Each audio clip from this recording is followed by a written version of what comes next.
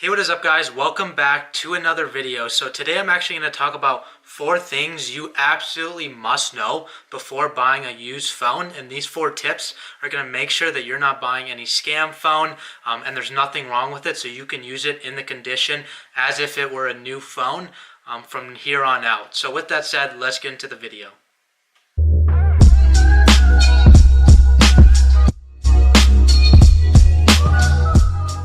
So the first thing that you actually need to check, and is actually probably the most important thing for you to actually be able to use the phone, is to make sure that it's a clean ESN or clean IMEI. So if you're buying a phone on eBay, you're going to see listings with clean ESN or clean IMEI in the title. That basically means that the phone is good to use, but maybe not necessarily for your carrier. So you need to make sure that it is the same carrier or the phone is unlocked. So basically the IMEI is basically a unique number to every single phone that basically is stored in a database by Apple and its carriers that makes sure and tracks that the phone isn't stolen, lost, or and still can be used by any carrier or the exact carrier that the phone was made for. So the ways you actually can do that is, one, if you have on every single iPhone, you can basically, there's a small little slot right near the power on and off button. Basically, you're going to stick in a little needle or a paper clip. You're going to take out the SIM card,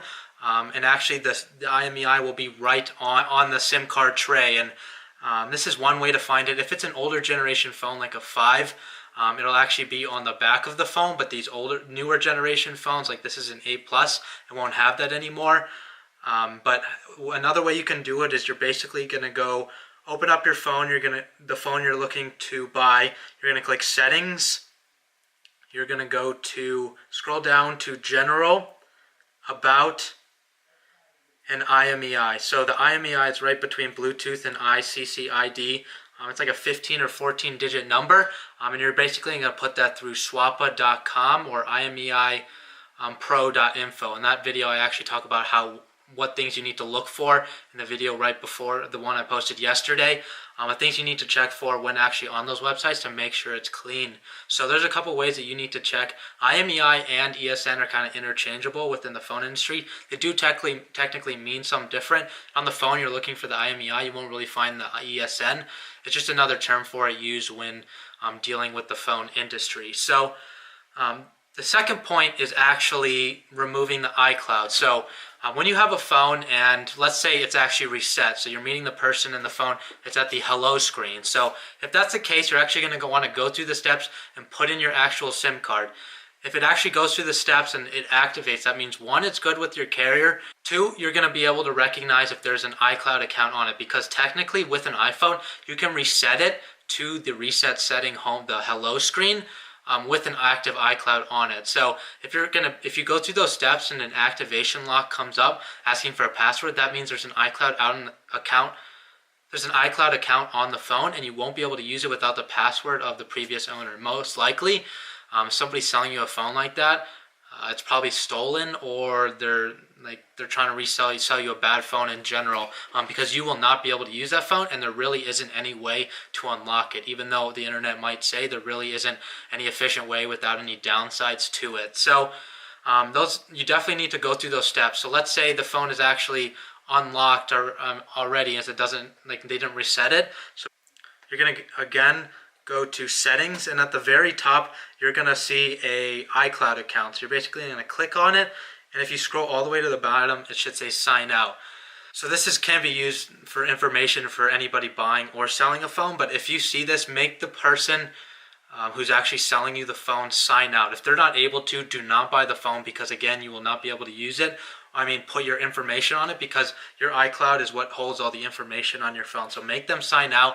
People sometimes just organically will forget to turn that off. So just make sure, go through that step, make sure they sign out. And after that, what you're going to want to do is then go to General, scroll all the way down to Reset, and erase all content and settings. They might need to put in a password again if the phone has a passcode on it. Once that iCloud is off, watch them do it first, then make them erase all content and settings, and then it'll reset to the home screen. And if you want to recheck again, just put your SIM card in and go through the steps. Make sure you get to the home screen. The third point is actually kind of similar to what I talked about, is check your SIM card works with the phone. A lot of people will claim it's unlocked when it's actually locked with a carrier. And that's fine if it's locked with like T-Mobile or Verizon or Sprint, whatever carrier you have. Just make sure once you put in your SIM card, it'll ask a stage where you need to put in your SIM card, and if it doesn't allow you to activate it, it'll say SIM not supported. That means you will not be able to use that current SIM card with that phone. Pretty easy step. You just need to make sure to put your SIM card in. Do not risk the chance that just buying the phone and not putting it in, because then you're going to lose a lot of money and you're probably going to have to take the loss or just end up reselling it for a cheaper price. So the fourth point that some people don't really talk a lot about is after you put in your SIM card, you're going to get to the home screen, or if it's not reset already, you're at the home screen. Make sure the camera and the sounds work. So basically what I'll do is I'll basically just open up the camera app and basically just kind of wave the phone around. Make sure the front and back camera don't have any blur on it. There isn't any small cracks. Sometimes small cracks you can't see until you actually open up the camera, and I've seen that on many phones. A lot of the times the owner won't even know. But another thing is, you're obviously trying to buy a phone that works, and one of the key components is actually like ringtones and notifications. So you need to make sure the sounds are actually working. So how you do that is basically just go to the settings again, you scroll down a little bit, and you're going to get to sounds and haptics. Basically just go click on ringtone or something and play a sound. So just make sure the volume up. Once you turn it up, turn it all the way up, make sure it's loud, turn it all the way down, make sure it's mute. Another thing is with the little volume thing, turn it on and off. Make sure the buzzer is actually working, like the vibrate. It's a small thing, sounds and vibrations, but it really is kind of what makes an iPhone, and it's kind of convenient because without it, you really don't know if somebody's messaging you or you don't have a notification. But with that said, follow those 4 steps. First, check for the IMEI. Second, make sure the iCloud is removed. Third, put your SIM card in, make sure it works, and there's no iCloud on it, so it kind of is like, it's like a double win if those both things passes. And then 4 is actually sounds and camera, making sure there's nothing wrong with it. It works, loud volume works, muted, and then the vibration works, as well as the front and back camera. So with that said, I hope you guys enjoyed the video. Don't forget to give it a thumbs up if you found value in it. Subscribe to join the family. This channel is basically to talk everything about kind of technology, phones, anything I come across, how I make money flipping them, maybe dabble in a couple other things. But I have a Facebook group I want to create. I want to get your guys' feedback. So if you want me to create the Facebook group on tips, releasing daily tips every day on phone flipping, if that's something you're looking to do, it's an easy way to make an extra $100 to $500 a day. Last month I made $8,000 actually doing this. It's just my 4th month doing it. So if you guys are interested in that, leave a comment down below saying you'd be interested in the Facebook group and joining. I'll probably link it in the next video. If I get one more person to actually tell me they'd want it and find value. Even if just one person or 2 people ask me, I want to provide value to you guys. I think daily tips would be helpful. And I've already created an Instagram, so I'm going to link that down below for phone flipping.